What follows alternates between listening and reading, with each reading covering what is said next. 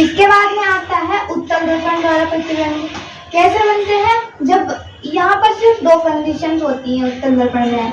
एक होता है अनंत पटक की होगी तो फोकस पर बनेगा लेकिन दर्पण के पीछे, ठीक है, और साइज होगी उसकी बिंदु साइज और प्रकृति होगी आभासी तथा सीधा। जब भी दर्पण के पीछे प्रतिबिंब बनता है, चाहे उत्तल दर्पण हो चाहे अवतल दर्पण हो, तो उसकी प्रकृति ऐसी होती है आभासी तथा सीधा, ठीक है। उसके बाद में अनंत तथा पी के बीच में अगर रखी जाएगी वस्तु तो क्या होगा?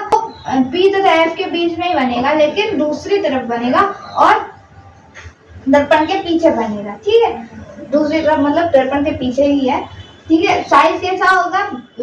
जो वस्तु होगी उससे छोटा होगा और कैसा होगा? प्रकृति आभासी तथा सीधा।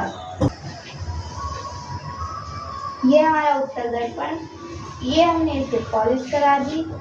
इसके बाद में ये हमारा मुख्य अक्ष हो गया है कि यहाँ पर फोकस है,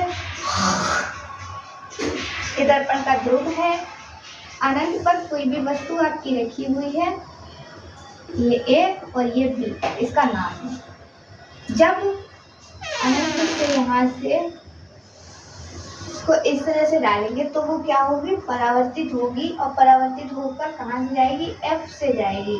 लेकिन क्योंकि दर्पण के पीछे से जा रही है इसलिए इसको डैश डैश करके दिखाएंगे क्योंकि ये आभासी तथा सीधा प्रतिबिंब है इसलिए, ठीक है। और इसको इस तरह से सीधा करते हैं। परावर्तन हुआ, परावर्तन के बाद यहाँ से फोकस से होकर जाती है लेकिन फोकस जहाँ पर मिल रहा है उसी एंगल में जा रही होगी, ठीक है। तो इसको पीछे बढ़ाएंगे तो ये फोकस पे जाएगी। अब यहाँ पर भी यही करेंगे, इस तरह से यहाँ से जब आएगी समांतर, मुख्य अक्ष के समांतर जाएगी तो परावर्तन होगा, परावर्तन के बाद ये पीछे आ जाएगी। जब इसको पीछे बढ़ाएंगे तो ये फोकस से होकर जा रही होगी।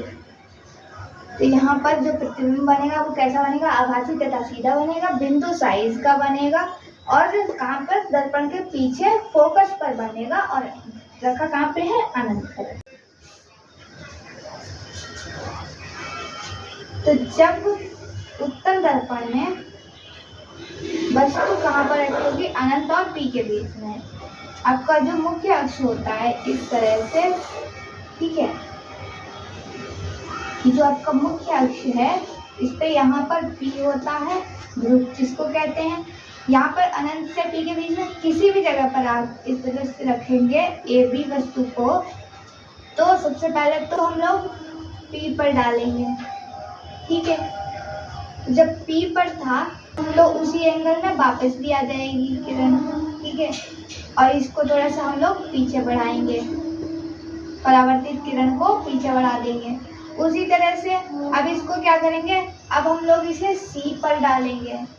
जब इसे सी पर डालेंगे इस तरह से सी से मिलते हुए डालेंगे तो डैश डैश करके जब इसे बढ़ाया हमने तो क्या हुआ कि जिस डायरेक्शन में गई उसी डायरेक्शन में वो वापस भी आ गई, जा रही है उसी डायरेक्शन में वापस आ रही है, यानी कि सी पर जा रही है तो सी पर दिखा दिया इसको, ठीक है।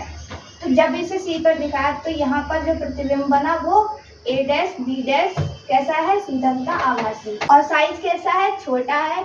स्थिति कहाँ पर है? पी और एफ के बीच में। पी और एफ के बीच में है, अनंत और पी के बीच में ये रखा हुआ है। अनंत और पी के बीच में कहीं पर भी रख सकते हैं इसको, ठीक है।